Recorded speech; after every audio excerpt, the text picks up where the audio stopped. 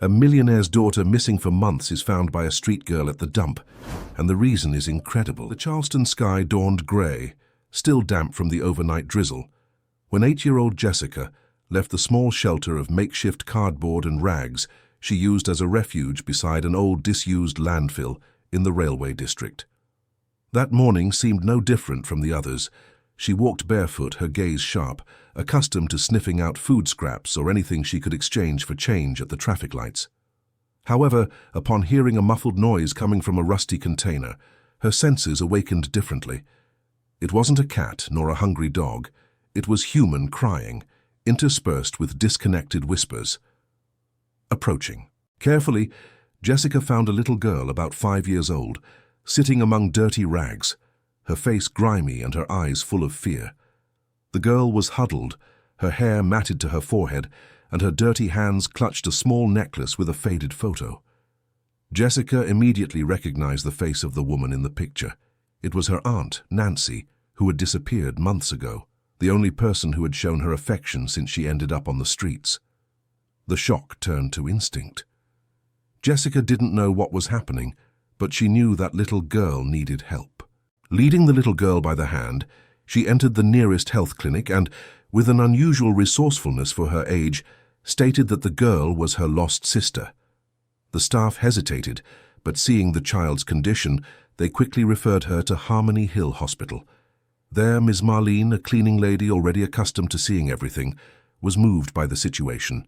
She was a simple woman, hardened by time and life, but with observant eyes and a heart that knew how to recognize pain when she saw it.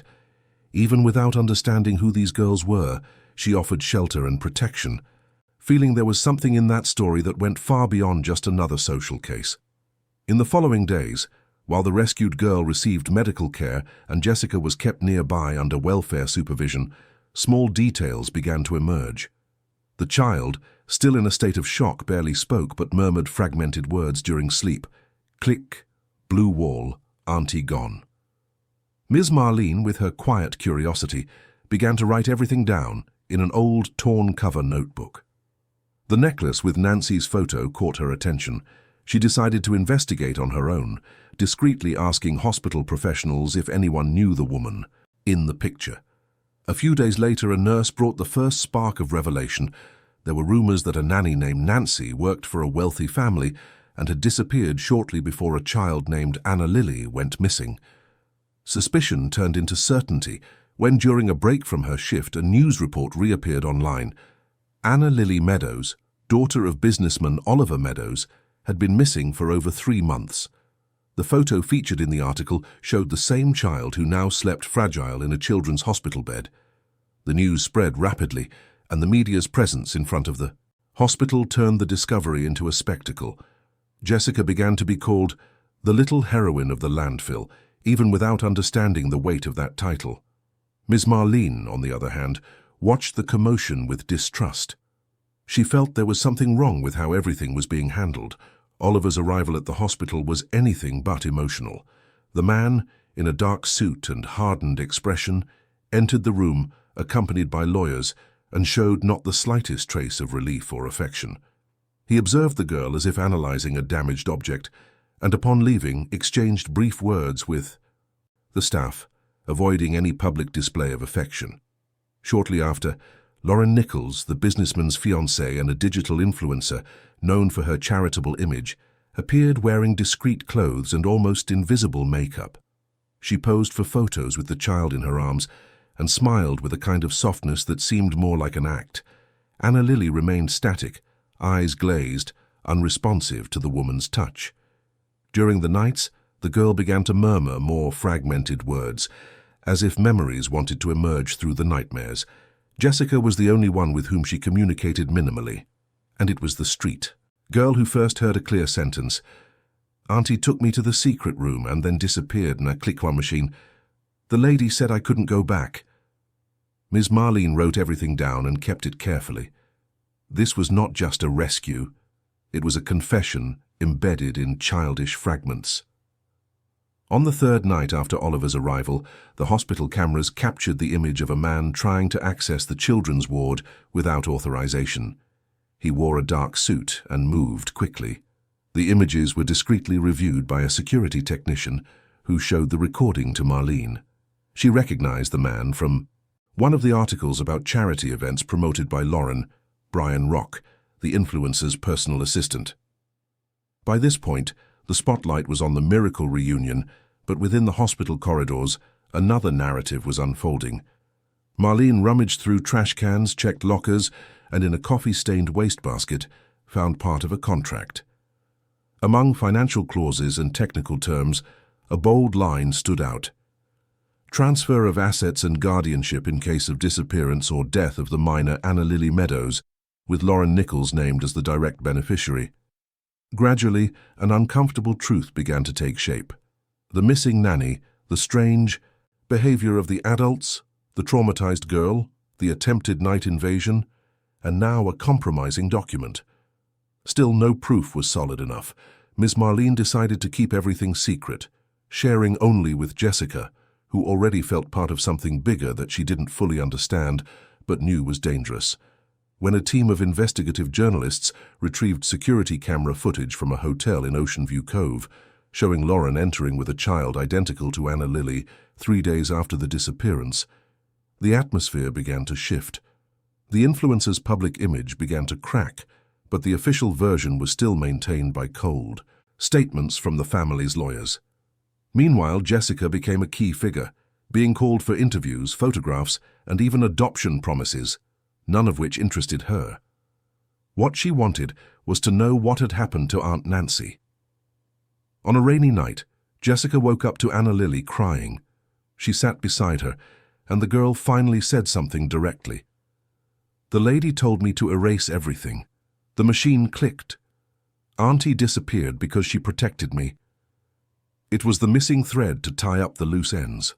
Marlene, with the calm of someone who was never noticed, gathered the fragments, put together photos, notes, documents, recordings of the girl's murmurs. She waited for the right moment, and without fanfare, handed everything in an envelope to Oliver himself. "Look closely at who is by your side," she said.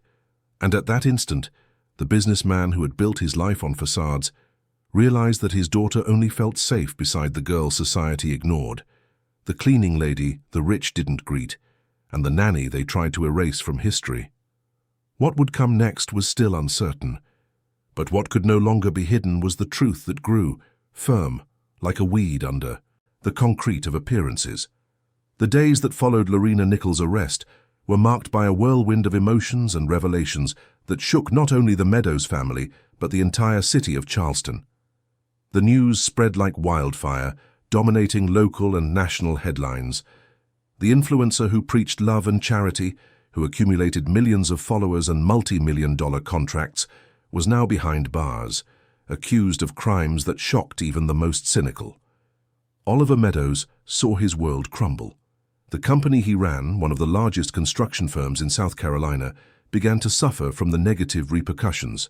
Clients cancelled, contracts, investors pulled away, and the press surrounded his offices daily looking for statements. But none of this mattered as much as the pain he felt looking at Anna Lily and realizing how absent he had been, how much he had failed to protect her. Anna Lily remained in the hospital for 2 more weeks, under medical observation and psychological support. The team of professionals caring for her was led by Dr. Sylvia, a child psychologist with vast experience in trauma cases. Sylvia worked with patience and delicacy, creating a safe environment for the girl to gradually process everything she had experienced. And in every session, Jessica was present, sitting beside Anna Lily, holding her hand, being the anchor that kept her connected to the present. Jessica, in turn, was also receiving support. Ms. Marlene had become her temporary guardian, an arrangement that the Child Welfare Services quickly approved, given the exceptional situation. Marlene, who had never had children, now found herself in the role of a mother, and she did so with the same dedication and care she had always applied to everything in life. She enrolled Jessica in a public school near her home, in the Willow Creek neighborhood, and closely monitored every step the girl took, making sure she had everything she needed to rebuild her life. But there was still a shadow hanging over everything, Nancy's whereabouts.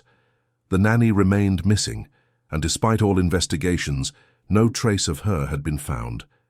Lauren, even imprisoned, remained silent on the matter. Her lawyers claimed she had nothing to declare and that all accusations were unfounded. Brian Rock, on the other hand, tried to negotiate a plea bargain, but his information was vague and contradictory. Claude, the photographer, confessed his involvement in the scheme, but swore he never knew of Nancy's disappearance. It was Ronald who decided not to give up.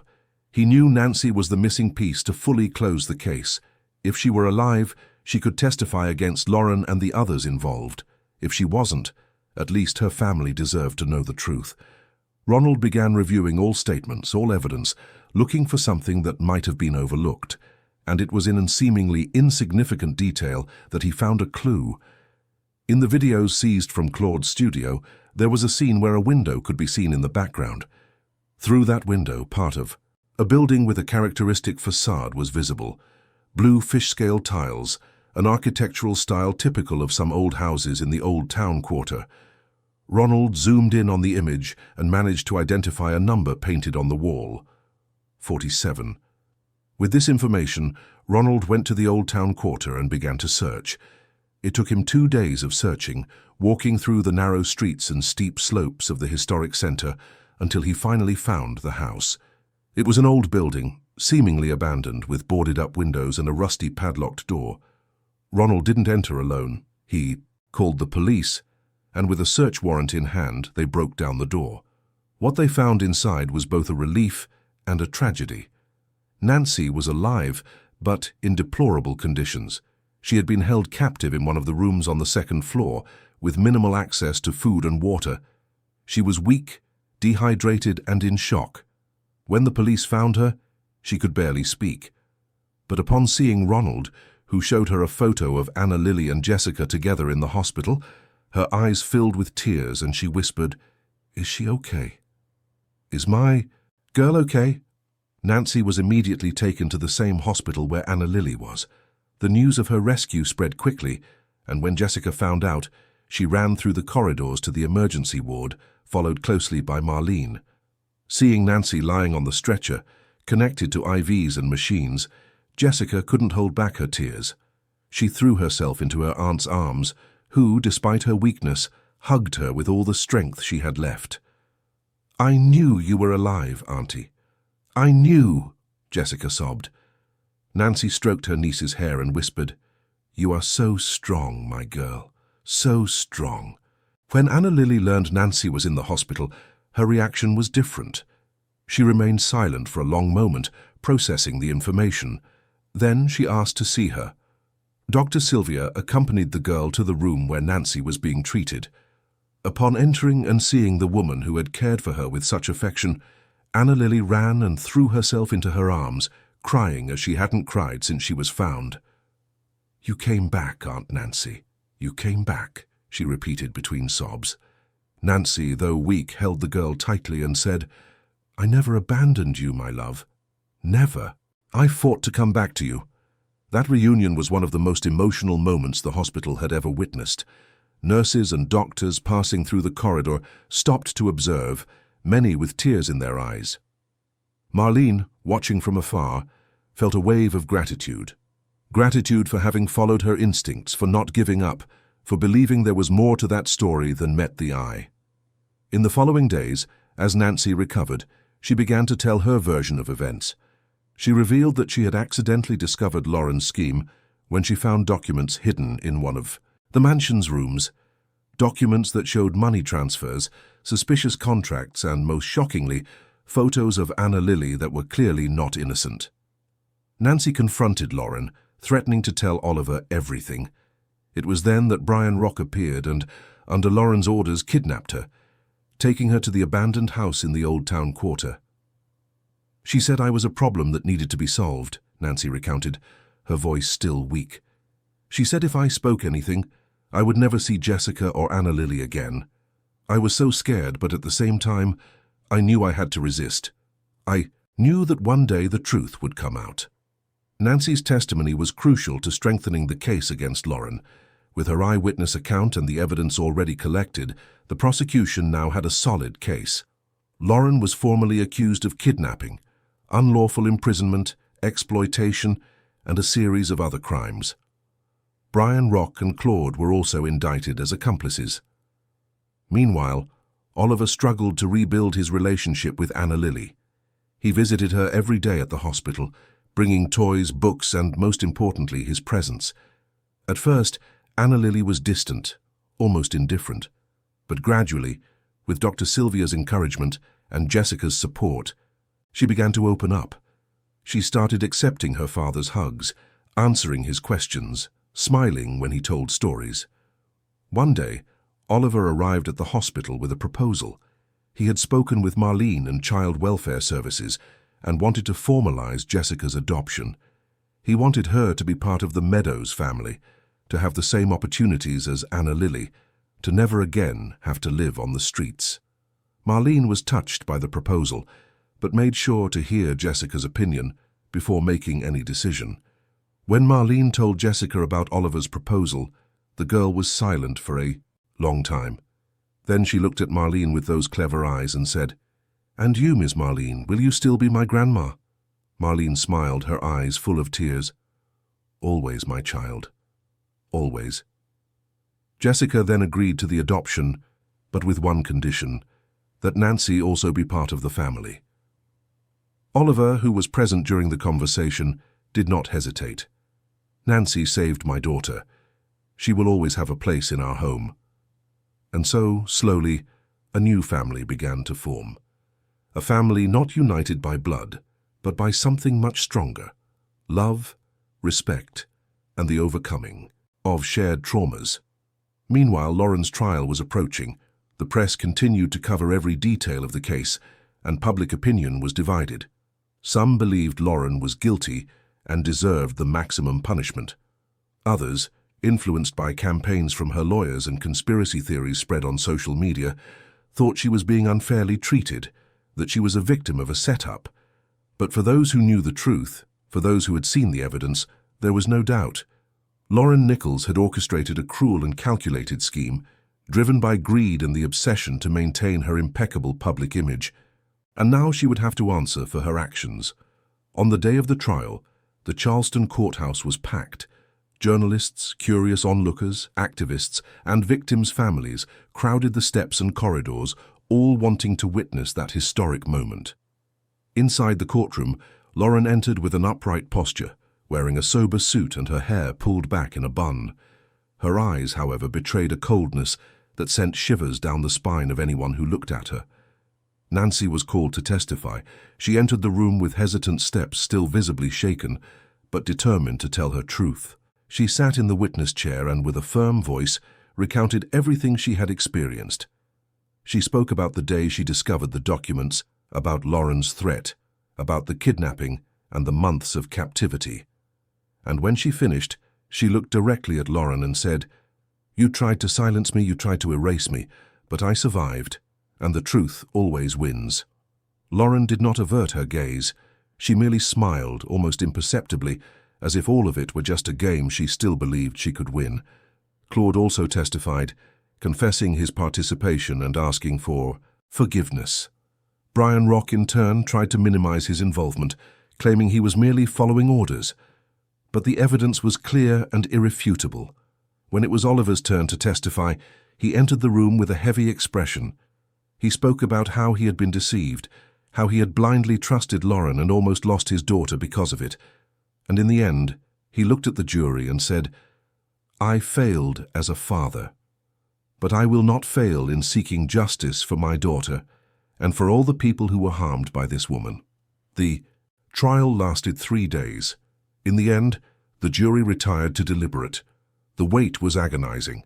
Marlene, Nancy, Jessica, and Anna Lily waited in a separate room, accompanied by Ronald and Dr. Sylvia. Oliver was alone, sitting on a bench in the corridor, his head in his hands. When the jury finally returned, the tension in the room was palpable. The judge read the verdict in a solemn voice. "Lauren Nichols, you have been found guilty of all crimes for which you were accused. You are sentenced to 25 years in prison, with no right to parole for the first 10 years." A murmur ran through the room. Lauren remained impassive, but her lawyers immediately announced they would appeal the decision. Brian, Rock, was sentenced to 15 years. Claude, for cooperating with justice, received a lesser sentence, 8 years. Outside the courthouse, Marlene hugged Nancy and Jessica. Anna Lily, who had watched the trial by video conference, was at home with a support team. When she heard the verdict, she finally allowed herself to smile. A small smile, still timid, but genuine. Oliver left the courthouse and went straight home. Upon arriving, he found Anna Lily playing in the garden with Jessica. The two laughed, chasing butterflies, as if they were just two normal children, without the weight of everything they had lived through. He paused for a moment, observing that scene, and felt something he hadn't felt in a long time. Hope. That night, the family gathered for dinner. Oliver, Anna Lily, Jessica, Nancy, and Marlene, who had been invited and happily accepted. The table was simple, but plentiful. There was shrimp fritters, vatapá, hausa rice, and coconut candy for dessert. Foods that Nancy had lovingly prepared, rescuing recipes she had learned from her grandmother. During dinner, Oliver raised his juice glass and made a toast. To this family, to all who fought for the truth, and to a better future. Everyone raised their glasses and repeated, "To a better future." And there, at that table, surrounded by people who had become family not by blood ties, but by ties of love and overcoming, a new chapter truly began. A chapter where the past, however painful, would not define the future. A chapter where hope vanquished fear, and where truth, finally, triumphed over lies. But not everything was resolved. There were still wounds to be healed, traumas to be processed, and challenges to be faced. Anna Lily would continue therapy for a long time, learning to deal with the memories of what she had experienced. Jessica would need to adapt to a new reality, so different from the street life she had known. Nancy would have to rebuild her life, overcoming the months of captivity. And Oliver would need to learn to be the father he had never been, but was now determined to be. Marlene, in turn, would continue to be the silent force that held everyone together. She would return to her job at the hospital, but now with a family waiting for her at home. And Ronald, the former police officer who had never given up searching for the truth, had become a close friend of the family, always present, always willing to help. Days turned into weeks, and weeks into months. Life began to find a new rhythm. Anna Lily returned to school, closely accompanied by Jessica, who studied at the same institution. The two were inseparable, and their classmates soon learned to respect them, not out of pity, but out of admiration. Nancy found a job at a community daycare, where she could use her experience and affection to care for other children. She found a form of healing in that work, a way to transform her pain into something positive. Oliver, in turn, began to get involved in social projects, using his company's resources to build shelters for street children in disadvantaged neighborhoods of Charleston. He knew he couldn't change the past, but he could make a difference in the future of other children like Jessica. And Lauren. She remained in prison, isolated, forgotten. Her social media followers disappeared, her brands cancelled contracts, and her image, once so carefully constructed, completely crumbled. She had become a symbol of hypocrisy and cruelty, an example of what happens when greed and vanity outweigh humanity. But for the family that had formed from that tragedy, Lauren was just a distant memory. They had chosen to move forward, focusing on the present and the future, not the past, and in that choice they found true freedom. One afternoon, as the sun set over Charleston, painting the sky with shades of orange and pink, Anna Lily and Jessica sat in the mansion's garden, watching the colors blend on the horizon. Anna Lily turned to Jessica and said, "Do you think one day we'll forget everything that happened?" Jessica thought for a moment before answering, "I don't think we'll ever forget, but I think one day it will hurt less, and I think everything we went through made us stronger." Anna Lily nodded, agreeing. "You're my real sister, you know? No need for a paper saying that. You're my sister in my heart." Jessica smiled, that wide, genuine smile that lit up her face. "And you're mine." And there, in that simple yet profoundly significant moment, two girls whom fate had united so improbably, sealed a bond that nothing and no one could ever break. A bond forged, in pain, but strengthened by love. A bond that proved that even in the darkest circumstances, light always finds a way to shine. A year had passed since Lauren Nichols' trial. Charleston continued its vibrant routine, with its crowded beaches, historic streets, and welcoming people. But for the Meadows family, that year had represented a profound transformation, a journey of healing that was still ongoing, but already showing visible fruits. Anna Lily, now 7 years old, was a different child from the one found in the landfill. She still had her moments of silence, her occasional nightmares, but she had learned to deal with them with the help of Dr. Sylvia, who continued to monitor her development. She had discovered a passion for painting and spent hours in her room, creating colorful canvases that depicted imaginary landscapes, always full of sun and flowers. It was her way of processing the past and building a brighter future. Jessica, in turn, had blossomed in ways no one could have predicted. The clever girl who had survived on the streets was now one of the best students in her class. She had an impressive aptitude for mathematics and loved to read. Oliver had transformed one of the mansion's rooms into a library just for her, filled with books of all genres. Jessica spent hours there, devouring adventure, mystery, and fantasy stories. And always, after finishing a book, she would run to tell Anna Lily about what she had read. The two girls had become true sisters. They argued sometimes, as all sisters do, but the love they felt for each other was undeniable. They slept in the same room by choice, as Anna Lily still felt safer with Jessica nearby. And Jessica, who had spent so many years alone on the streets, loved having someone to share her days and nights with. Oliver had completely transformed. The cold and distant businessman he had been in the past was now a present and affectionate father. He reduced his workload, delegating more responsibilities to his partners, to spend more time at home. He took the girls to the beach on weekends, helped with homework, and every night before bed read stories to them. He was learning to be the father he should always have been, and although he still made mistakes sometimes, he was genuinely trying. Nancy continued to live in the mansion, no longer as a servant, but as part of the family. She took care of the house, but now with the help of others whom Oliver had hired. Her main role was to be the maternal figure the girls needed, and she performed that role with love and dedication. In addition, Nancy had started attending an evangelical church in the Liberty Heights neighborhood, where she found a welcoming community and, to her surprise, a new love. His name was Mark, a 45-year-old widower who worked as a bus driver. He had 2 grown children and was known in the church for his kindness and sense of humor. Nancy and Mark met during a charity tea, and since then had become inseparable. He treated her with a respect and affection she had never imagined she deserved, and gradually, Nancy allowed herself to believe she deserved to be happy again. Marlene continued to be the silent matriarch of the family. She visited the mansion at least 3 times a week, always bringing some homemade food or simply her comforting presence.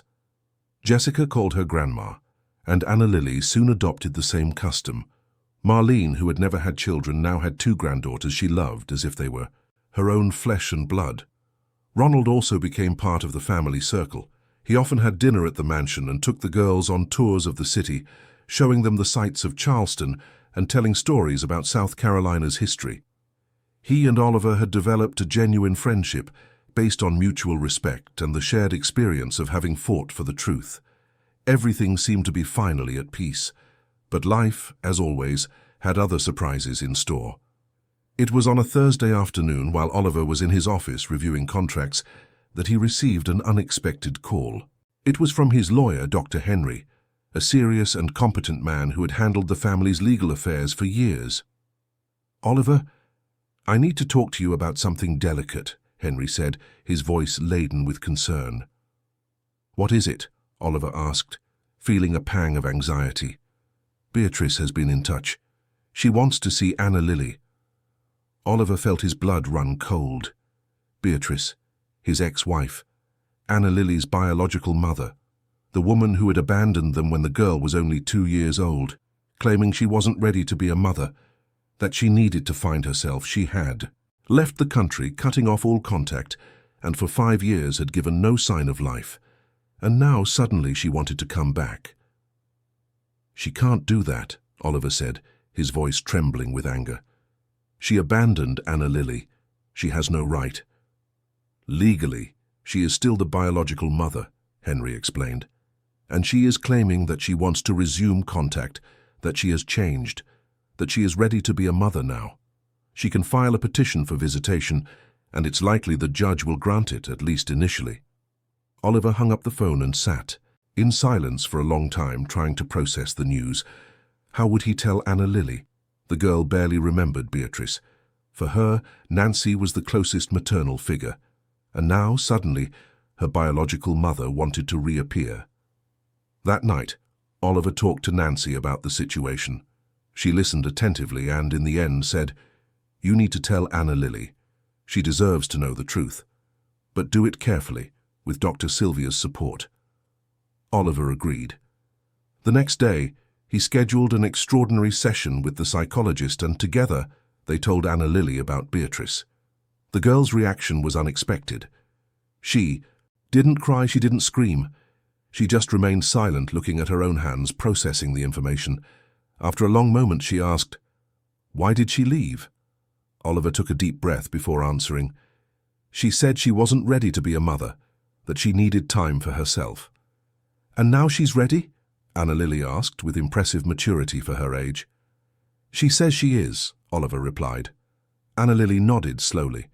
"I want to meet her, but I don't want her to think she can just come back and be my mother. I already have Aunt Nancy." Dr. Sylvia gently intervened.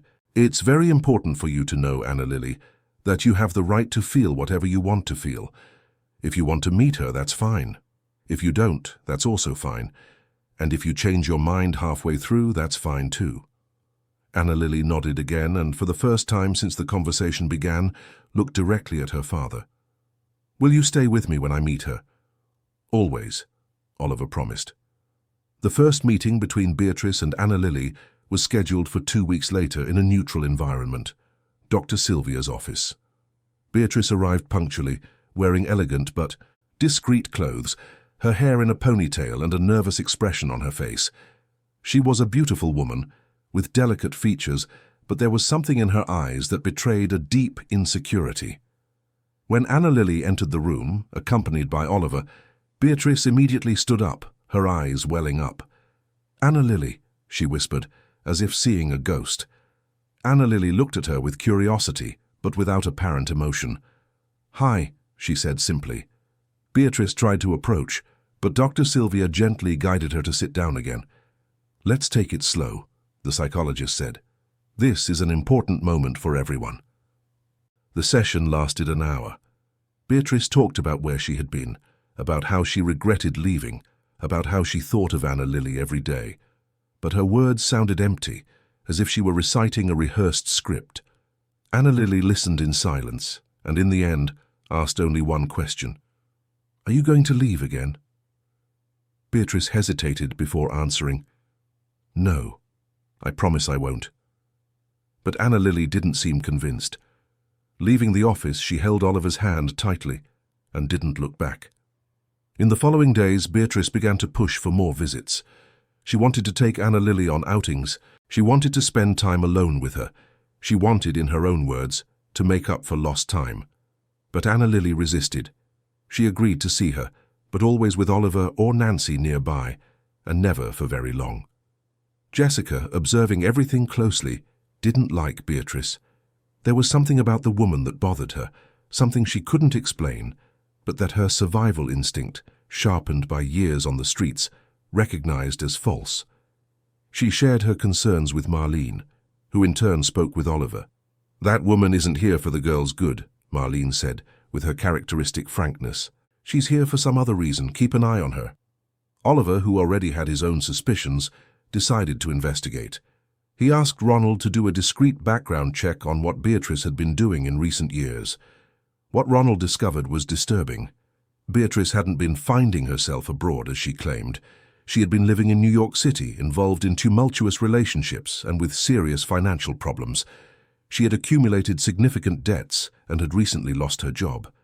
Her return to Charleston and her sudden interest in Anna Lily perfectly coincided with the widely publicized news that Oliver had created a trust fund for his daughter, ensuring her financial future.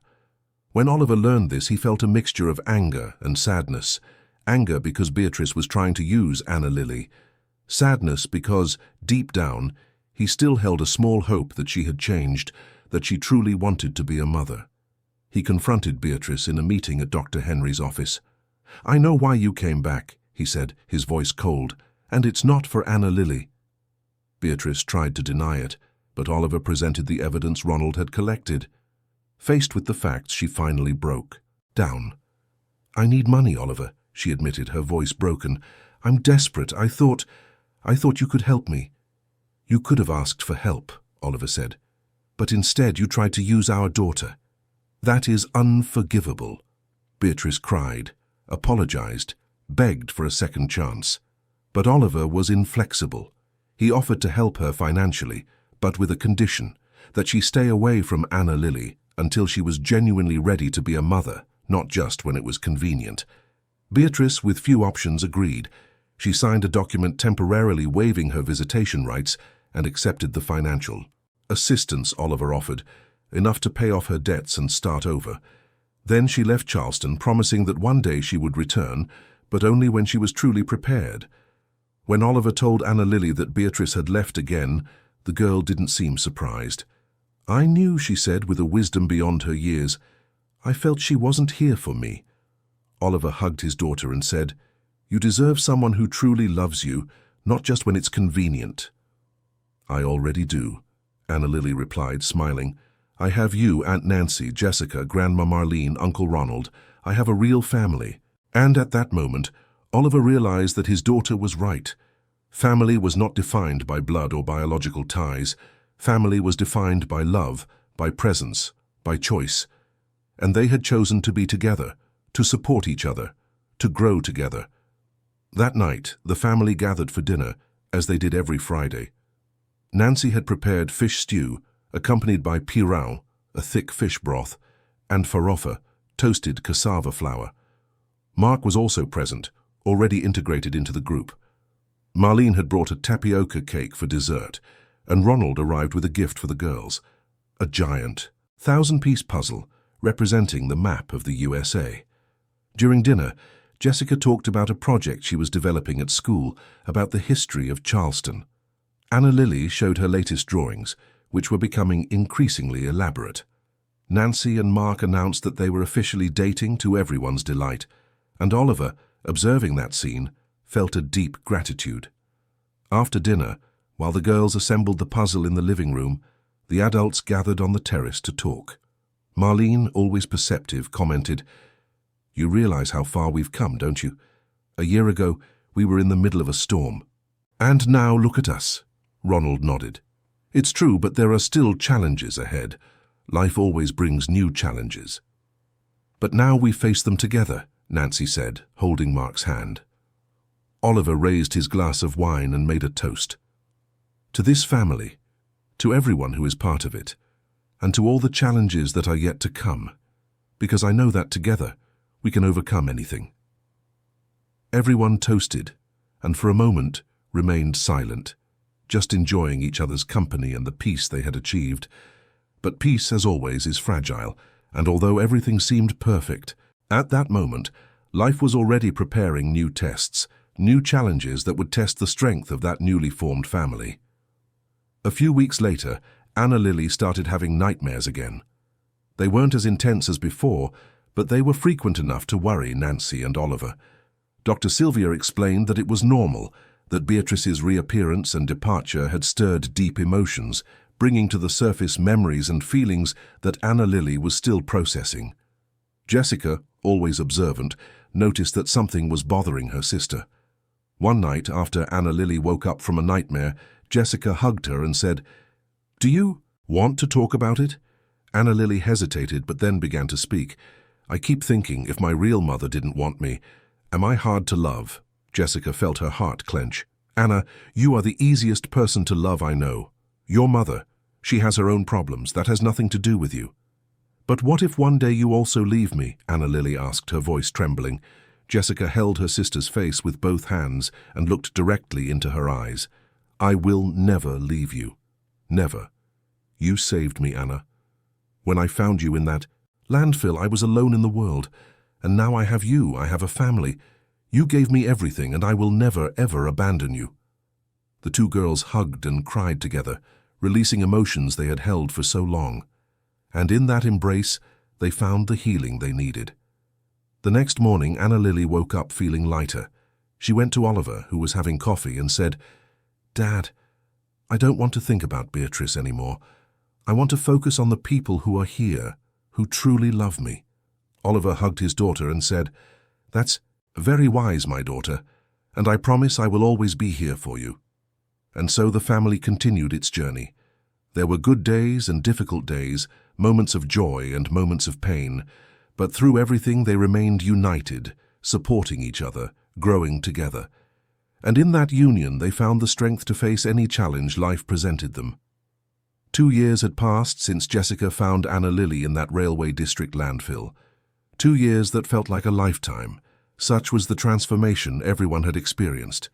Charleston continued its vibrant dance between the old and the modern, between tradition and innovation, and the Meadows family danced along, finding their own rhythm in that city that had embraced them in their darkest moments and now witnessed their renewal. Anna Lily was about to turn 9. She was an intelligent, sensitive, and creative girl who had learned to transform her pain into art. Her paintings were now exhibited in a small gallery in the Old Town Quarter, managed by a friend of Nancy's. The colorful canvases attracted tourists and locals, and part of the sales income was donated to institutions that cared for vulnerable children. Anna Lily had insisted on this, saying she wanted to help other children like Jessica. Jessica, now 10 years old, continued to shine academically. She had won a scholarship to a renowned private school in Charleston, where she excelled in all subjects. But her true talent lay in writing. She kept a diary where she recorded not only her thoughts, but also stories she invented, characters she created, worlds she imagined. Nancy always said that one day Jessica would be a great writer, and the girl smiled, allowing herself to dream of that future. Oliver had completely transformed. The businessman who had once been obsessed with profits and contracts now dedicated half his time to social projects. He had created a foundation that built affordable housing and community centers in disadvantaged neighborhoods of Charleston. He worked directly with the communities, listening to their needs, learning from their stories, and in that process he discovered a purpose that money had never given him, the satisfaction of making a difference in the lives of other people. Nancy and Mark had married in a simple but emotional ceremony at the Liberty Heights Church. The girls were bridesmaids wearing white dresses that Marlene had lovingly sewn. Mark had moved into the mansion, and his presence had brought new energy to the house. He was playful, told terrible jokes that made everyone laugh, and treated Anna Lily and Jessica as if they were his own daughters.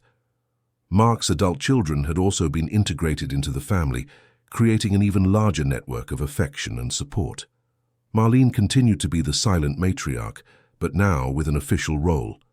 She had retired from the hospital and moved into an annex that Oliver had built in the back of the mansion, especially for her. This way she could be close to her granddaughters every day, without losing her independence.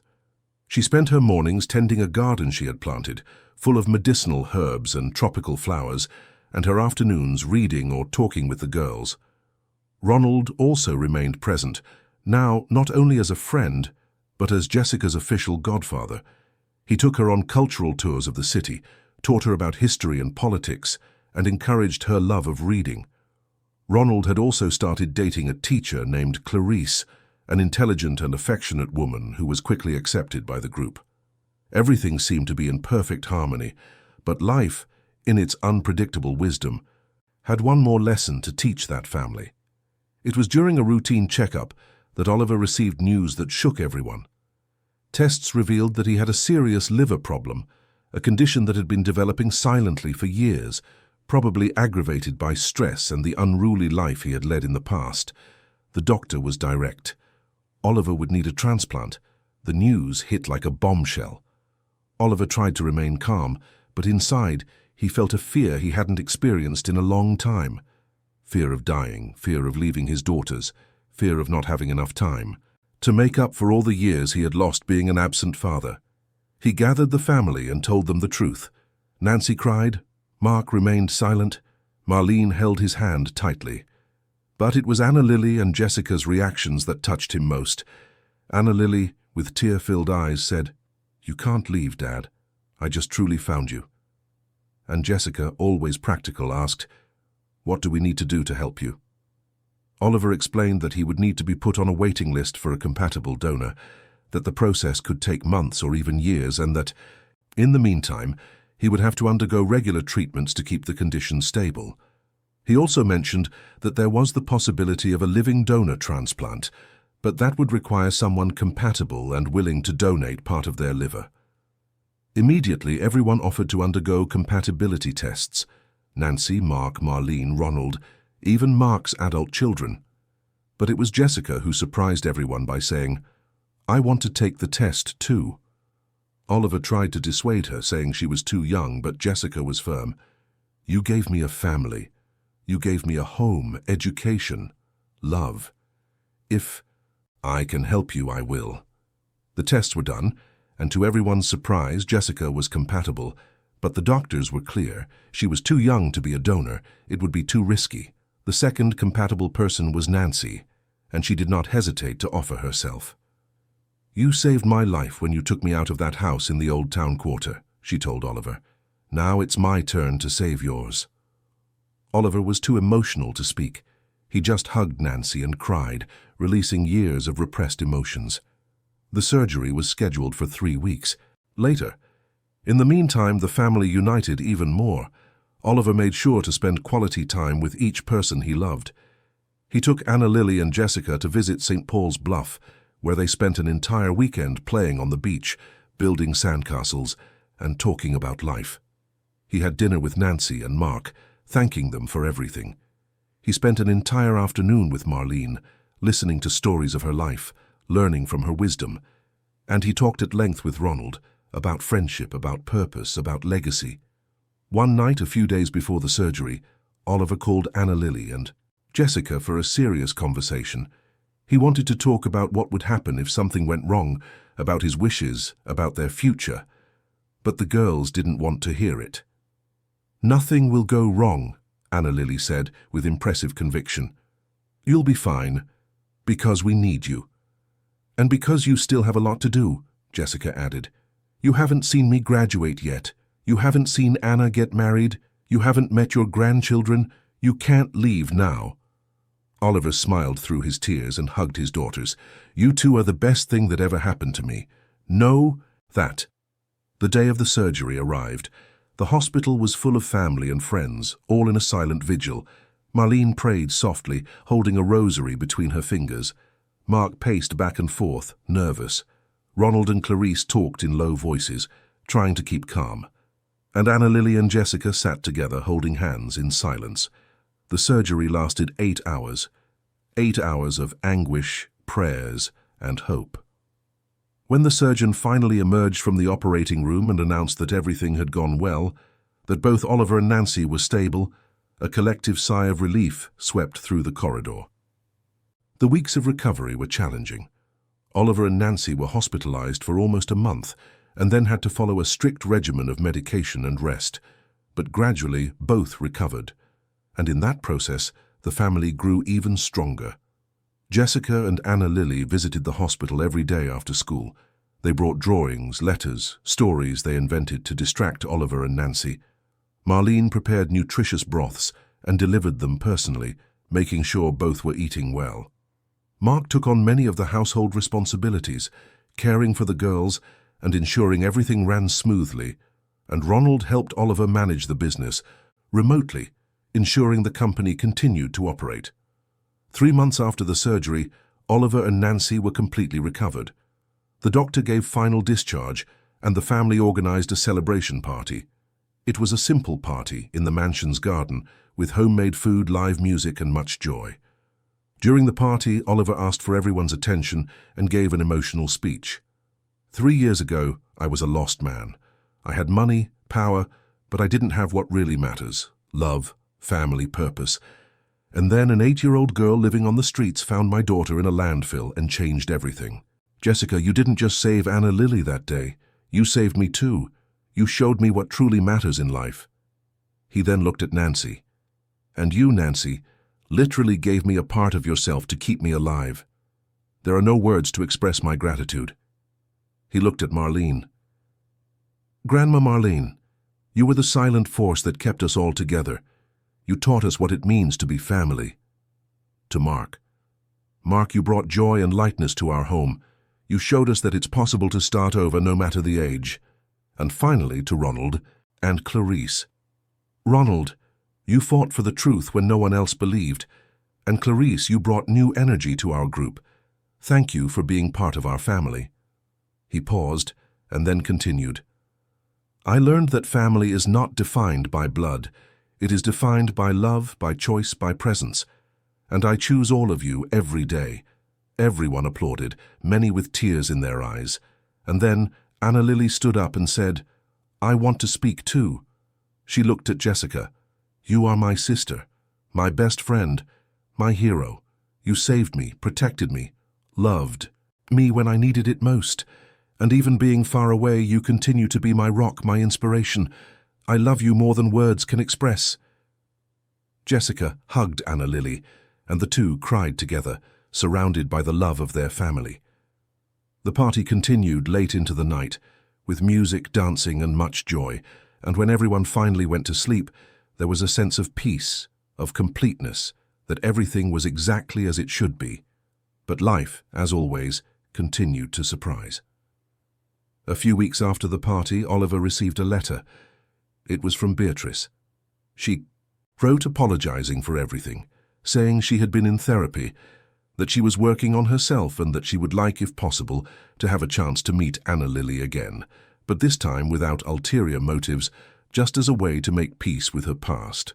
Oliver showed the letter to Anna Lily and asked what she wanted to do. Anna Lily read the letter carefully and then said, "I think everyone deserves a second chance, but I don't want her to think she can just come back and be my mother. I already have Aunt Nancy, but maybe we can be friends in time."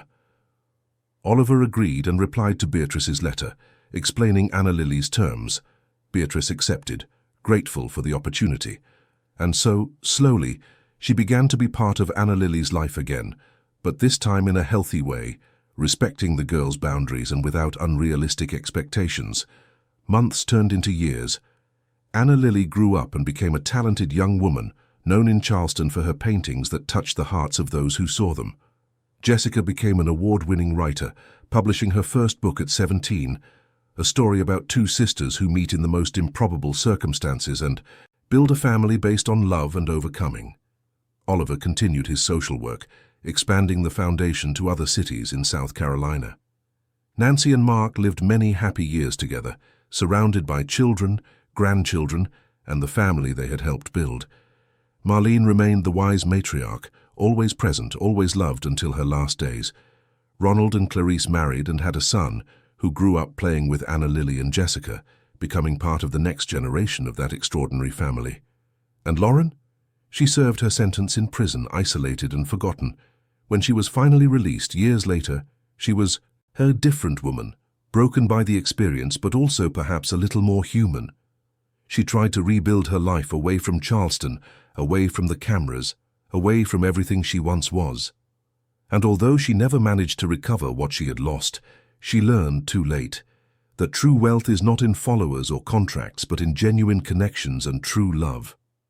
Many years later, when Anna Lily and Jessica were adults, they returned to the community park where everything had begun. The place had been transformed into a community park, part of one of Oliver's foundation projects. There were playgrounds, sports courts, a library, and a cultural center. The two sisters walked through the park, remembering that fateful day that had changed their lives forever. "Do you think everything happened for a reason?" Anna Lily asked. Jessica thought for a moment before answering. "I think life puts us in difficult situations to show us what we are capable of, and I think sometimes the worst experiences lead us to the best destinations." Anna Lily nodded. "I wouldn't change anything that happened, because everything brought me here, to you, to our family." "Me neither," Jessica agreed. And there, in that park.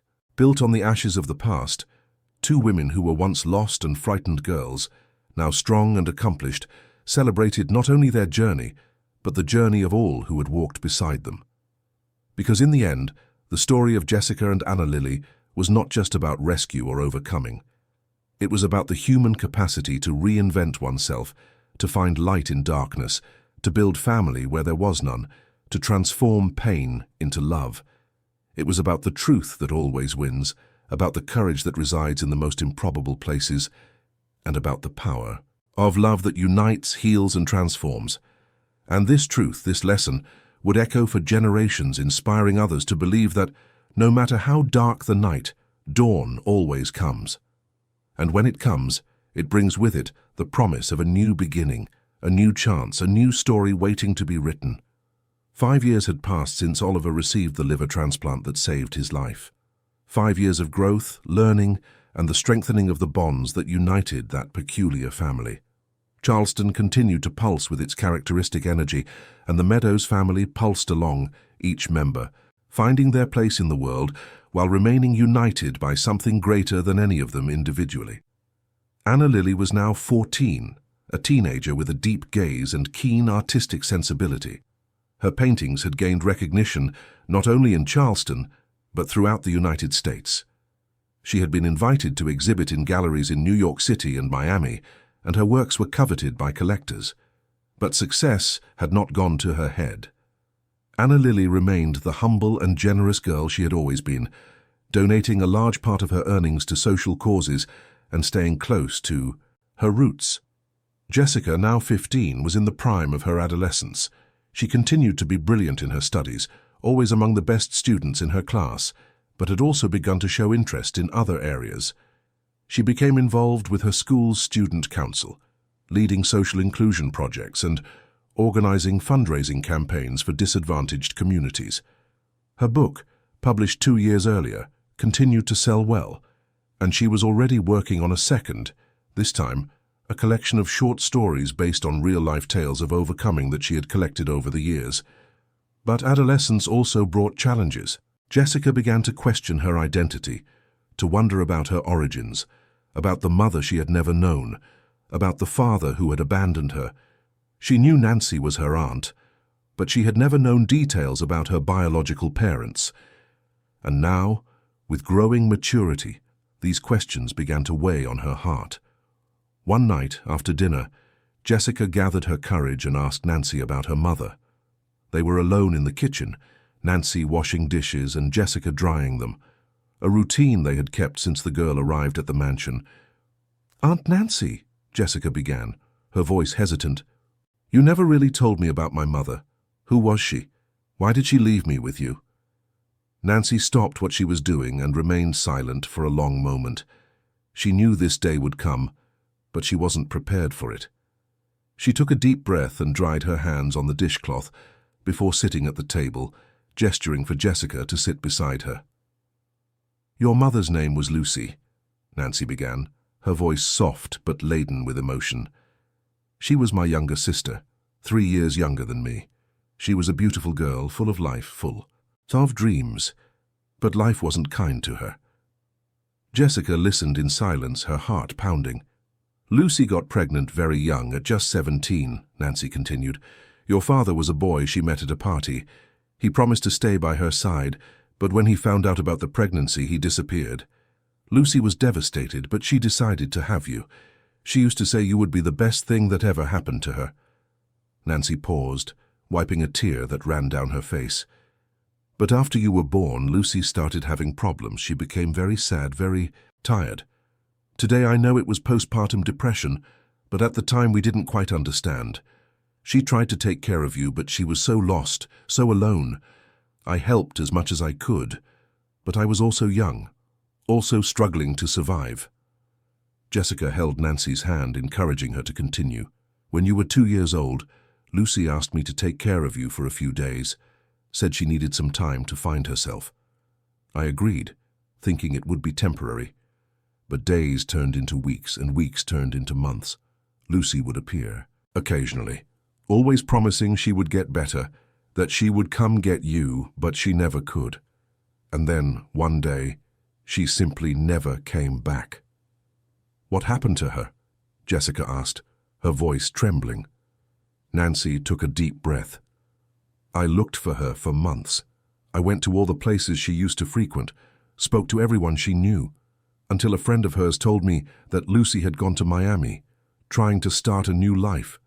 I tried to get in touch, but I never could. It was as if she had disappeared." Jessica felt tears stream down her face. "She didn't want me?" Nancy held her niece's face with both hands and looked directly into her eyes. "It's not that, my love. Your mother loved you, but she was sick, she was lost. She couldn't take care of you, but that doesn't mean she didn't love you. And I promised myself I would take care of you as if you were my own daughter, and that's what I did, until the day I lost you too." Jessica hugged Nancy, and the two cried together, releasing years of stored emotions. When they finally separated, Jessica asked, "Do you think she's still alive? Could I find her?" Nancy hesitated before answering. "I don't know, my love. It's been so many years, but if you want to look, I'll help you. You have the right to know your complete story." Jessica nodded, feeling a mixture of fear and hope. She didn't know if she really wanted to find Lucy, but she knew she had to try. She needed to close this circle, to understand where she came from, to be able to move forward with more clarity. In the following days, Jessica talked to Oliver about her desire to search for her biological mother. Oliver, who understood the complexity of family relationships better than anyone, fully supported her decision. He hired a private investigator, the same one Ronald had used years ago, to try to locate Lucy. The investigation took a few weeks, but finally yielded results. Lucy was alive and living in a small town in rural Miami. She worked as a cook in a local restaurant and, according to the investigator, led a simple and quiet life. There were no records of her having married or had other children. When Jessica found out, her heart pounded. Her mother was alive. After all these years, she was alive.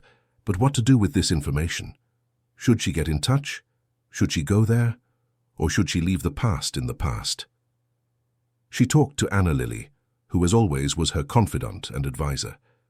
The two were sitting in the garden, under the shade of a mango tree, sharing a moment of intimacy that had become rare with their increasingly busy schedules. "What do you think I should do?" Jessica asked. Anna Lily thought for a moment before answering. "I think you need to do what your heart is asking. If you feel you need to meet her, then go. But go prepared for any outcome. She might not be the person you imagine. She might not want to meet you. Or she might have been waiting for this moment for years. You won't know until you try." Jessica nodded. "You're right. I need to try, but I'm so scared." "I know," Anna Lily said, holding her sister's hand. "But you are the bravest person I know. If anyone can do this, it's you. And remember, no matter what happens, you have a family here that loves you, unconditionally." With her family's support, Jessica decided to write a letter to Lucy. She spent days crafting every word, every sentence, trying to express feelings that even she didn't fully understand. When she finally finished, the letter was 3 pages long, in which she introduced herself, told a little about her life, and expressed her desire to meet her mother without judgment, just with the hope of understanding her story. The letter was sent, and then the agonizing wait began. Days turned into weeks, and Jessica began to lose hope of receiving a reply. Perhaps Lucy didn't want contact. Perhaps she had moved on and didn't want to be reminded of the past. Perhaps it was better that way. But then, on a rainy June afternoon, a reply arrived. Jessica immediately recognized the envelope, with her name handwritten in delicate, shaky calligraphy. She ran upstairs to her room, closed the door, and with trembling hands opened the letter. Lucy's letter was short, but intense. She apologized for everything, said not a day went by without thinking of Jessica, that the decision to leave had been the hardest of her life, but that at the time she thought it was best for her daughter. She said she had fought her own demons for years, that she had finally found peace and stability, but that she had always felt something was missing in her life, and that something was Jessica. She ended the letter by saying she would love to meet her daughter if Jessica still wanted to, and that she would be waiting no matter how long it took. Jessica read and reread the letter countless times, crying, smiling, feeling a roller coaster of emotions. She ran downstairs and showed the letter to Nancy, who also cried upon reading it. "She wants to meet me," Jessica said, still incredulous. "And do you want to meet her?" Nancy asked. "Yes," Jessica replied without hesitation. "I do." A trip to Miami was then organized. Jessica would be accompanied by Nancy and Oliver, who would make sure to be by her side during this important moment. Anna Lily also wanted to go, to support her sister, and Marlene insisted on accompanying them, saying she wouldn't miss this moment for anything. The trip was scheduled for 2 weeks later, enough time for everyone to organize themselves and for Jessica to prepare emotionally. Dr. Sylvia, who still occasionally accompanied the family, had a few sessions with Jessica to help her process her expectations and fears. When the day of the trip finally arrived, Jessica was nervous but determined. They flew to Miami and from there rented a car to the small town in the interior where Lucy lived. The car trip took about 3 hours, and throughout the journey, Jessica remained silent, looking out the window, lost in her thoughts. When they finally arrived in the town, it was mid-afternoon. They went straight to the restaurant where Lucy worked, a simple but welcoming place with wooden tables and rustic decor. Oliver entered first and asked to speak with Lucy. A few minutes later, a woman emerged from the kitchen. Jessica recognized her immediately, even though she had never seen a photo of her. It was like looking into a mirror of the future. Lucy had the same eyes, the same face shape, the same curly hair. She was wearing an apron stained with tomato sauce and had flour on her hands, but her eyes were fixed on Jessica, full of tears. "Jessica," Lucy whispered, as if she couldn't believe what she saw. Jessica nodded, unable to speak. Lucy approached slowly, as if afraid her daughter would disappear if she made sudden movements. When they finally stood face to face, Lucy hesitantly extended her hand and touched Jessica's face. "You're so big," she said, her voice broken. "So beautiful. So much like me when I was your age." Jessica felt tears stream down her face. "I wanted so much to meet you." "Me too," Lucy replied. "Every day of my life." And then, finally, they hugged. It was a long embrace, full of years of longing, regret, unexpressed love. Nancy, watching from afar, cried silently, happy to see her. Sister and niece finally reunited. Oliver held Anna Lily's hand, who was also emotional, and Marlene, always the wise matriarch, just smiled, knowing that this was an important moment of healing. Lucy asked for time off from the restaurant owner and took everyone to her small house a few blocks away. It was a simple house with 2 bedrooms, a living room and a kitchen, but it was clean and well maintained. On the walls, there were photos of baby Jessica, the only ones Lucy had taken with her when she left. They spent the entire afternoon talking. Lucy told her story, omitting nothing. She spoke about the depression that consumed her after Jessica's birth, about how she felt incapable of being a mother, about the decision to leave that haunted her to this day. She spoke about years of therapy, about how she learned to deal with her issues, about how she finally found peace but always with an emptiness in her heart. Jessica, in turn, told her story. She spoke about the years on the streets, about how Nancy had looked for her but never found her because she was always moving, always fleeing. She spoke about the day she found Anna Lily, about how that moment had completely changed her life. She spoke about the family she had built, about her dreams, about who she had become. Lucy listened attentively, crying at some moments, smiling at others. And in the end, she said, "I don't deserve your forgiveness, Jessica. I know that. But I want you to know that you were always loved. Even when I wasn't present, you were in my heart. And I am so proud of the woman you are becoming."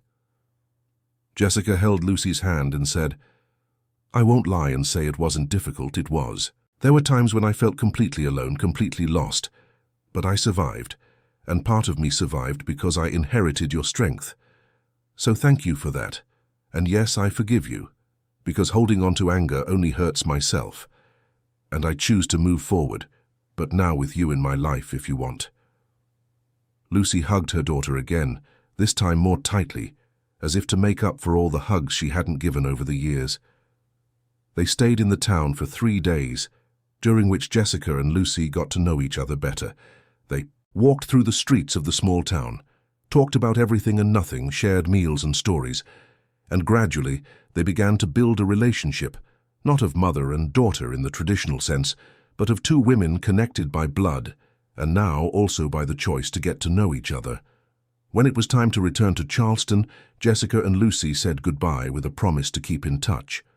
Lucy said she would like to visit Charleston someday, meet the family that had welcomed Jessica, and see with her own eyes the life her daughter had built. Jessica agreed, saying she would always be welcome. On the flight back, Jessica was different. There was a lightness in her gaze, a peace that wasn't there before. Anna Lily noticed and commented, "You seem lighter." Jessica smiled. "I feel lighter. It's like a weight I didn't even know I was carrying has been lifted from my shoulders. I don't know what will happen from now on, but I know I did the right thing." "I'm proud of you," Anna Lily said. "You're so brave." "We are brave," Jessica corrected. "Everything I am, everything I've achieved, was because you were by my side. We are brave together." Anna Lily smiled and the two sisters hugged, reaffirming the bond that nothing and no one could break.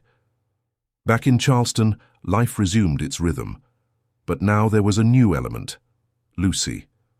She and Jessica talked regularly by phone and exchanged messages. Lucy sent photos of her daily life, and Jessica shared her achievements and challenges. It was a relationship under construction, delicate but genuine. A few months later, Lucy finally visited Charleston. She was warmly welcomed by the entire family. She and Nancy had a long and emotional conversation, healing old wounds and rebuilding the sisterly relationship they once had. Lucy met Oliver, Anna Lily, Marlene, Mark, and everyone else, and was welcomed as part of the family. During her stay, Lucy had the opportunity to see Jessica in her environment, surrounded by people who loved her. She saw her paintings, read excerpts from her book, watched a presentation she gave at school, and in every moment she felt a mixture of pride and regret. Pride for the incredible woman Jessica was becoming, regret for not having been present in her upbringing, but Jessica, with her wisdom beyond her years, noticed what her mother was feeling and said, "You can't change the past, none of us can, but we can build the future, and I want you to be part of my future." Lucy hugged her daughter, grateful for the second chance she was receiving. Lucy's visit lasted 2 weeks, and when she left it was with the promise to return soon, and she kept it. In the following months and years, Lucy became a regular presence in Jessica's life, not replacing Nancy, who would always be the primary maternal figure, but complementing, adding another layer of love and support. And Jessica, who had once been an abandoned girl living on the streets, now had not one but 2 mothers. She had a sister who was her best friend. She had a father who loved her as if she were his own blood. She had a grandmother who was her rock.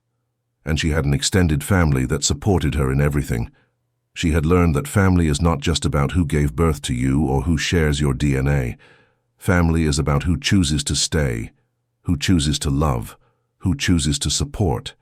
And she had been chosen, repeatedly, by incredible people who saw something special in her. And this certainty, this love, this feeling of belonging was the greatest treasure Jessica could have. More valuable than any literary success, more important than any recognition. Because in the end, what truly matters is not what we achieve, but who we have by our side when we achieve it. And Jessica had an entire family by her side, celebrating every victory, supporting in every defeat, loving unconditionally. And in that love she found the strength to continue growing, to continue dreaming, to continue being the incredible person she had always been, but who could now fully blossom, free from the shackles of the past, free to fly as high as her dreams allowed. 3 years had passed since Jessica's reunion with Lucy. 3 years of growth, maturation, and transformations that further shaped that extraordinary family. Charleston continued to be the stage of their lives, with its golden beaches, welcoming people, and contagious energy that seemed to fuel the dreams of all who lived there. Anna Lily was now 17, almost 18. She was a young woman of singular beauty, not only in appearance but in the depth of her gaze and the sensitivity that shone through every gesture. Her paintings had achieved international recognition, with exhibitions in galleries in Paris, New York, and Tokyo. She was considered one of the most promising young artists in the United States, and her work was studied in art schools around the world. But with success also came pressure. Anna Lily felt the weight of expectations, the constant demand for new works, for maintaining the standard of excellence she had established. And amidst all this, she began to question if this was truly what she wanted, or if she was just following a path that others had set for her. Jessica, now 18, was in her final year of high school. She continued to be an exemplary student, with perfect grades and an impressive list of academic achievements. Her second book, a collection of short stories about overcoming adversity, had been an even greater success than the first, winning literary awards and being adopted in several schools as required reading. She had received scholarship offers from prestigious universities, both in the US and abroad, and was in the process of deciding which path to follow. The relationship between the two sisters remained strong, but now there was a new dynamic. They were growing up, becoming independent women, each with her own dreams and challenges. And although they remained close, there were times when they felt the natural distance that comes with maturity, when each person needs to find their own path. It was during this period of transition that Anna Lily met Gabriel. He was a 20-year-old architecture student at Charleston State University who worked part-time as a tour guide in the Old Town Quarter to pay for his studies. They met by chance during one of Anna Lily's exhibitions in a gallery in the historic center. Gabriel was there by accident, accompanying a group of tourists when he came across her paintings. He was mesmerized. He spent almost an hour observing each canvas, each brushstroke, every detail. And when he finally saw Anna Lily talking to some collectors, he felt something he had never felt before. It wasn't just physical attraction, although she was undeniably beautiful. It was something deeper, a connection he couldn't explain. Gabriel waited until she was alone and then approached, nervous but determined. "Your paintings are incredible," he said sincerely. "They speak directly to the soul." Anna Lily, accustomed to receiving compliments, was about to thank him politely and move on, but something in his gaze made her stop. There was a genuineness there, a depth that touched her. "Thank you," she said, smiling. "Do you understand art?" "Not much," Gabriel admitted. "But I understand emotion, and your paintings are full of it." They talked for hours, forgetting the world around them. Gabriel told her about his life, about how he grew up in a simple neighborhood in Charleston, about how he worked hard to fulfill his dream of becoming an architect. Anna Lily, in turn, shared her own insecurities, her doubts about the future, things she rarely shared with anyone other than Jessica. When the gallery closed and they finally said goodbye, both knew that this would not be their last meeting. They exchanged numbers and, in the following days, began to see each other regularly. Gabriel took Anna Lily to discover corners of Charleston she had never visited, simple places but full of history and beauty.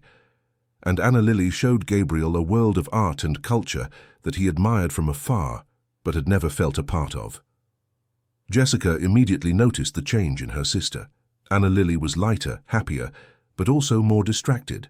And when Anna Lily finally told her about Gabriel, Jessica was happy for her, but also a little worried. She knew that Oliver, despite all his transformation, still had certain expectations for his daughters, especially when it came to relationships. And her concerns were confirmed when Anna Lily finally introduced Gabriel to the family. The dinner was cordial but tense. Oliver was polite, but distant. He asked questions about Gabriel's family, about his plans for the future, about his intentions with Anna Lily. And although Gabriel answered everything with honesty and respect, it was clear that Oliver had reservations. After Gabriel left, Oliver called Anna Lily for a private conversation. "He seems like a good young man," Oliver began, choosing his words carefully. "But you are very young, Anna, and he comes from a very different world than ours. I just don't want you to get hurt." Anna Lily felt anger rise. "Different world? Dad, have you forgotten where Jessica came from? Have you forgotten that Aunt Nancy was our nanny before she became part of the family? Have you forgotten everything we learned about what really matters?" Oliver fell silent, feeling the weight of his daughter's words. She was right. He had transformed, he had learned.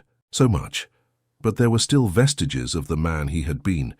Ingrained prejudices he thought he had overcome, but that still emerged in moments like that. "You're right," Oliver admitted humbly. "I'm sorry. I'm just worried about you. But you're right. I don't have the right to judge Gabriel by his background. If you like him, if he makes you happy, then he is welcome in our family." Anna Lily hugged her father, grateful for his honesty and his willingness to acknowledge his mistakes. In the following months, Gabriel became a constant presence in the family's life. He won everyone over with his humility, his good humor, and his genuine love for Anna Lily. Nancy adored him, saying he reminded her of Mark when he was young. Marlene approved, seeing in him a hard-working and good-hearted young man. And Jessica, after some deep conversations with him, concluded that he was perfect for Anna Lily. But not everything was rosy. Gabriel faced his own challenges. He felt the class difference, the pressure of dating someone from such an influential family. There were times when he felt inadequate, times when he questioned if he was good enough for Anna Lily. And these feelings sometimes created tensions in the relationship. It was during one of these crises that Jessica had a frank conversation with Gabriel. They were sitting in the mansion's garden. Anna Lily was in her studio painting, and Jessica took the opportunity to talk to him alone. "You know I also came from the streets, right?" Jessica began. "I know what it's like to feel out of place, to feel like you don't belong. But let me tell you something I learned. You don't have to come from a rich family to have value. You don't have to have money to deserve love. What matters is who you are, not where you come from." Gabriel listened in silence, his eyes welling up. "Anna Lily loves you for who you are," Jessica continued, "not for what you have or don't have. And if you keep sabotaging yourself because of insecurities, you'll end up losing her. Not because she'll leave you, but because you'll push her away. So stop comparing yourself, stop diminishing yourself, and just be yourself. Because you, Gabriel, are more than enough." Gabriel hugged Jessica, grateful for her words. And from that day on, he began to work on his insecurities, to accept that he deserved Anna Lily's love, to allow himself to be happy. Meanwhile, Jessica faced her own decisions. She had been accepted into several universities, but the offer that most attracted her was a full scholarship to study literature at the University of Oxford in England. It was an incredible opportunity that would open doors to an international career. But it would also mean leaving Charleston, leaving her family, leaving everything she knew. She talked to everyone, asking for advice. Oliver encouraged her to go, saying it was a unique opportunity. Nancy, though sad at the thought of seeing her leave, agreed that it was best for Jessica's future. Marlene, with her characteristic wisdom, said, "Birds need to fly, my child, and you can always come back to the nest." But it was the conversation with Anna Lily that was the most difficult. The two sisters had never been separated for long. The idea of being on different continents was frightening for both. "I don't know if I can be away from you," Jessica admitted, tears in her eyes. Anna Lily also cried, "Me neither. But I can't be selfish. You need to follow your dreams, Jessica. You deserve this. And we'll talk every day. We'll visit each other on holidays. Distance won't change what we are to each other." And so, heartbroken but determined, Jessica accepted the scholarship.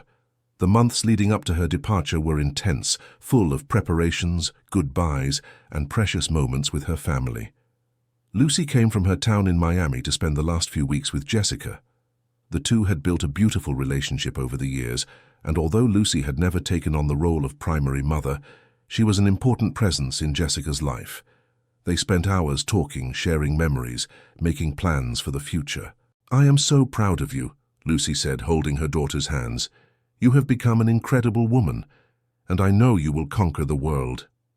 "Thank you for coming back into my life," Jessica replied, "for giving me the chance to meet you, to understand my story. That made me complete." On the day of departure, the airport was full of emotion. The entire family was there. Oliver, Anna Lily, Nancy, Mark, Marlene, Ronald, Clarice, Lucy, and even Gabriel. Everyone wanted to say goodbye, everyone wanted to give one last hug. Jessica hugged each one, crying, laughing, promising that she would return for holidays, that she would keep in touch, that she would never forget them. But it was the hug with Anna Lily that lasted the longest. The two sisters held each other as if they wanted to engrave that moment in their memory forever. "You are my sister, my best friend, my hero," Anna Lily said, between sobs. "No matter where you are, you will always have a piece of my heart." "And you of mine," Jessica replied. "Always." When Jessica finally passed through the boarding gate and disappeared from view, Anna Lily collapsed into Gabriel's arms, crying as she hadn't cried in years, and the whole family cried with her, feeling the emptiness that Jessica's departure left. The first few months were difficult for everyone. Anna Lily missed her sister constantly. There were times when she picked up the phone to tell Jessica something, forgetting for a second that she was thousands of miles away. Oliver also felt the absence, realizing how accustomed he had become to having Jessica around. And Nancy, who had raised Jessica as her daughter, felt an emptiness that nothing seemed to fill. But Jessica kept her promise. She called every day, shared photos and videos of her life in England, talked about her classes, her new friends, her discoveries, and gradually everyone got used to the new reality. Anna Lily, in turn, used Jessica's absence as motivation to grow. She began to make more independent decisions, to trust herself more. And with Gabriel's support, she began to explore new artistic styles, to experiment with different techniques, to challenge herself in ways she hadn't before. It was during this period that she created her most acclaimed work, a series of paintings called Invisible Bonds, which portrayed the connection between people separated by distance, but united by love. The series was a resounding success, exhibited in museums around the world, and solidifying Anna Lily as one of the most important artists of her generation. When Jessica saw the paintings online, she cried with emotion.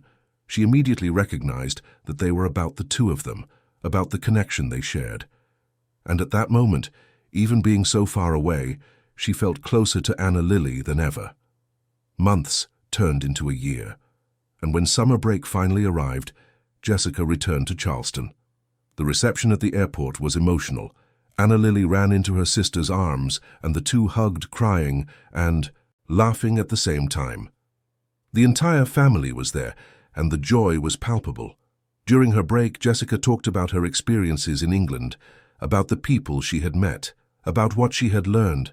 She was more mature, more confident, but she continued to be the same Jessica as always, with her generous heart and her wisdom beyond her years. She also had the opportunity to get to know Gabriel better, who was now completely integrated into the family. She approved of his relationship with Anna Lily, seeing how much they loved and supported each other. One night, the entire family gathered for a special dinner.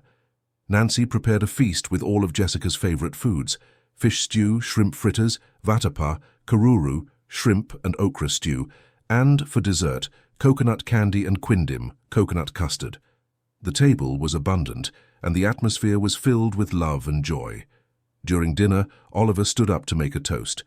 "So many years ago, I was a lost man, focused only on money and power, and then an 8-year-old girl found my daughter in a landfill and changed everything. Jessica, you didn't just save Anna Lily that day. You saved all of us.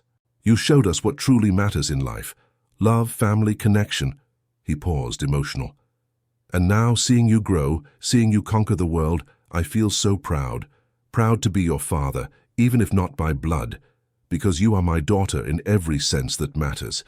Jessica stood up and hugged Oliver, crying, "And you are my father. Thank you for everything you did for me, for giving us a family, a home, a future." Anna Lily also stood up. "I want to make a toast too, to Jessica, my sister, my hero, my best friend. You saved me, protected me, loved me when I needed it most. And even being far away, you continue to be my rock, my inspiration. I love you more than words can express." Everyone toasted, with eyes full of tears and hearts full of love. The break passed too quickly, and soon it was time for Jessica to return to England. This time the goodbye was less painful. Everyone knew she would return. That distance changed nothing, that they would continue to be a family, no matter where each one was. 2 more years passed. Jessica graduated with honors in England and decided to pursue a master's degree in creative writing. Anna Lily continued her artistic career, now also teaching painting to disadvantaged children, a way to give back everything she had received. Gabriel graduated in architecture and began working on affordable housing projects, using his talent to make a difference in the lives of people who, like him, came from humble backgrounds. Oliver expanded his foundation, building schools and community centers in several cities across South Carolina. Nancy and Mark continued to be the heart of the family, always present, always loving. Marlene, now over 70, continued to be the wise matriarch, though her health began to show signs of fragility. It was during this period that Gabriel proposed to Anna Lily. He planned everything carefully, taking her to the same place where they met, the gallery in the Old Town Quarter. There, surrounded by her paintings, he knelt and asked for her hand. Anna Lily said yes without hesitation, and the news quickly spread through the family. Jessica, who was in England, received an emotional video call from Anna Lily, showing the ring and telling her everything. She cried with joy, happy to see her sister so happy. The wedding was scheduled for 6 months, later enough time for Jessica to organize her return to the US for the event, and when the day finally arrived, it was an unforgettable celebration. The ceremony took place on Ocean View Cove Beach at sunset, with their feet in the sand and the sound of waves in the background. Anna Lily was stunning in a simple but elegant dress, with natural flowers in her hair. Gabriel, in a light suit, couldn't stop smiling, and when they exchanged vows, there wasn't a dry eye among the guests. Jessica was the maid of honor, and in her speech she said, "Anna Lily, you are my sister, my best friend, the person who taught me what unconditional love is. And Gabriel, you have won the heart of the most special person in the world. Take care of her, love her, support her, and know that no matter where I am, you will always have my love and my support." The party lasted late into the night, with live music, dancing, and much joy. And when it finally ended, Anna Lily and Gabriel departed for their honeymoon, leaving behind a happy and grateful family. In the years that followed, life continued its unpredictable dance. Jessica finished her master's degree and published her 3rd book, a work of fiction based on her own story, which became an international bestseller. She decided to return to the US, settling in Charleston, where she opened a creative writing school for young people from disadvantaged communities. Anna Lily and Gabriel had their first child, a boy named Oliver, in honor of his grandfather. And when Jessica held her nephew in her arms for the first time, she felt an indescribable emotion, knowing that this new life represented the continuation of the legacy of love and overcoming that her family had built. Marlene, unfortunately, did not live to see the birth of her great-grandson. She passed away peacefully in her sleep at 75, surrounded by the love of her family. Her funeral was a celebration of her life, with stories, laughter, and tears. And although everyone missed her, they knew she would live forever in their hearts. Oliver, now in his 60s, began to slow down, delegating more responsibilities in the company and the foundation to dedicate himself to what truly mattered, his family. He spent hours playing with his grandson, telling stories, transmitting values, and in every moment he felt gratitude for having had the chance to transform himself, to become the man he should always have been. Nancy and Mark continued together, more in love than ever, proving that true love has no age. Lucy also became a constant presence, visiting Charleston regularly and building a beautiful relationship not only with Jessica, but with the entire family. And Lauren. She had been released from prison after serving 15 years of her sentence with good behavior. She emerged a different woman, broken by the experience, but also perhaps a little more human. She tried to rebuild her life away from Charleston, away from the cameras, away from everything she once was. And although she never managed to recover what she had lost, she found a certain peace in a simple and anonymous life. 20 years after that fateful day, when Jessica found Anna Lily in the landfill, the two sisters returned to the community park that had been built in its place. Now they were mature women, each with her own family, her own achievements, her own stories. But the bond that united them remained as strong as it had always been. They walked through the park, watching the children play, the families gathered, life pulsating in a place that was once synonymous with abandonment and forgetfulness. And at that moment, they reflected on everything they had lived through, everything they had overcome, everything they had built. "Do you regret anything?" Anna Lily asked. Jessica thought for a moment before answering. "No, not even the difficult parts, because everything brought me here, to you, to our family, and I wouldn't change any of it." "Me neither," Anna Lily agreed. "We were lucky, you know. Lucky to find each other, lucky to have been rescued, lucky to have built this incredible family." "It wasn't just luck," Jessica corrected. "It was choice. We chose to fight, we chose to forgive, we chose to love, and those choices made all the difference." Anna Lily nodded, agreeing. "And now, what comes next?" Jessica smiled. What always came? More life, more love, more stories, and the certainty that no matter what happens, we have each other. And that's all we need. And there, in that park built on the ashes of the past, two women who were once lost and frightened girls, now strong and accomplished, celebrated not only their journey, but the journey of all who had walked beside them. Because in the end, the story of Jessica and Anna Lily was not just about rescue or overcoming. It was about the human capacity to reinvent oneself, to find light in darkness, to build family where there was none, to transform pain into love. It was about the truth that always wins, about the courage that resides in the most improbable places, and about the power of love that unites, heals, and transforms.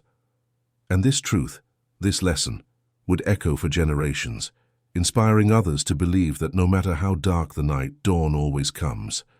And when it comes, it brings with it the promise of a new beginning, a new chance, a new story waiting to be written, a story of hope, of love, of family, a story that proves that we are stronger together, that love overcomes all barriers, and that each of us has the power to change not only our own life, but the lives of everyone around us.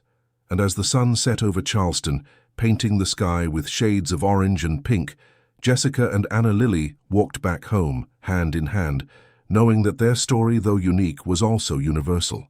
Because we all seek love, we all seek belonging, we all seek a place to call home.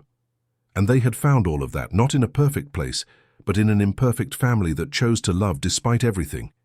And in that love, they found the greatest wealth anyone can have, the certainty that they would never be alone, that they would always have a place to return to, that they would always be loved. And that certainty, that love, that home they built together was the true happy ending.